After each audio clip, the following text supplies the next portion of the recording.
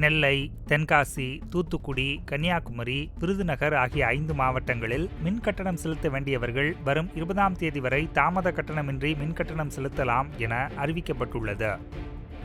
தூத்துக்குடி, நெல்லை, கன்னியாகுமரி மற்றும் தென்காசி ஆகிய மாவட்டங்களில் பெய்த கனமழையால் பொதுமக்கள் கடும் பாதிப்புக்கு ஆளாகியுள்ளனர். எனவே வெள்ளத்தால் பாதிக்கப்பட்ட மக்களுக்கான அவசர உதவிகளுக்கு உதவி எண்கள் அறிவிக்கப்பட்டுள்ளன.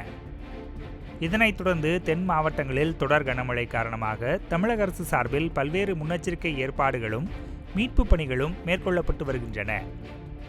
பேரிடர் மீட்பு பணியை விரைவுபடுத்த ஏற்கனவே KKSSR ராமச்சந்திரன், தங்கம் தென்னரசு, கீதா ஜீவன், அனிதா ராதாகிருஷ்ணன், மனோ தங்கராஜ் ஆகிய 5 அமைச்சர்கள் நியமிக்கப்பட்டிருந்த நிலையில் கூடுதலாக மேலும் 4 அமைச்சர்களை நியமித்து தமிழக முதலமைச்சர் மு.க.ஸ்டாலின் உத்தரவிட்டுள்ளார்.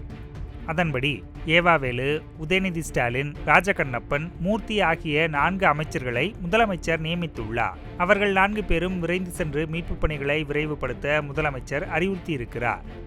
இந்த நிலையில் கனமழை எதிரொலியால் 5 மாவட்டங்களில் உள்ள மக்கள் தங்களுடைய மின் கட்டணம் செலுத்த மின்சாரத்துறை அவகாசம் கொடுத்துள்ளது.